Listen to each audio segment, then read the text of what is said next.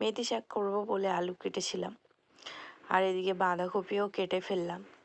নিজে একাই সব কাজ করতে হয়, কারণ একার সংসার, বাচ্চাকে সামলে সব কিছু করতে হয়। আর আমার বাবু অনেক দুষ্টু, আমি যে কাজ করব সেই কাজে এসে উস্তাদি করবে। তো বাঁধাকপিটা একটু তাড়াতাড়ি কাটছিলাম। আমি বাঁধাকপি খেতে ভালোবাসি, শাশুড়ি মা খান না, গায়ে ব্যথা হয় সেজন্য। এদিকে সিমটাও সেদ্ধ করে রেখেছিলাম বাবুর জন্য একটু।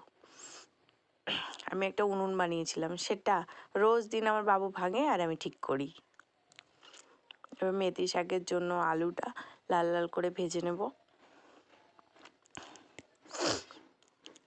দেখতেই পাচ্ছ কি সুন্দর লাল লাল ভাজা ভাজা হয়ে গেছে। এর মধ্যে একটু লবণ হলুদ দিয়ে তারপর শাকটা দেব। একা একা এক হাত দিয়ে ফোন ধরে ভিডিও বানাচ্ছি, তাই সবটা দেখানো অসম্ভব। মেথি শাকটা এবার নেড়ে ছেড়ে ঢাকা দিয়ে দেব। একটু সবুজ সবুজ থাকলে খেতেও ভালো লাগে। তার মাঝখানে বাবু বড় একটা শসা দেখে খাবে বলছিল, সেটা আবার কেটে দিলাম। দেখো মেথি শাকটা কি সুন্দর হয়ে গেছে, একটু সবুজ সবুজ দেখতে হয়েছে। এবার বাঁধাকপির জন্য তেজপাতা, শুকনো লঙ্কা, একটু গোটা গরম মশলা ফোড়ন দিয়ে নেব।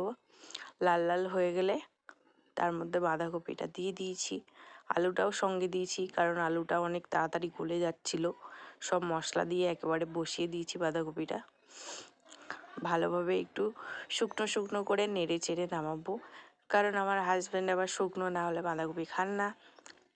একটু মিষ্টিও দিতে হবে, তাতে লাস্টে গরম মশলা দিয়ে একটু পোড়া পোড়া হলে নামিয়ে দেবো।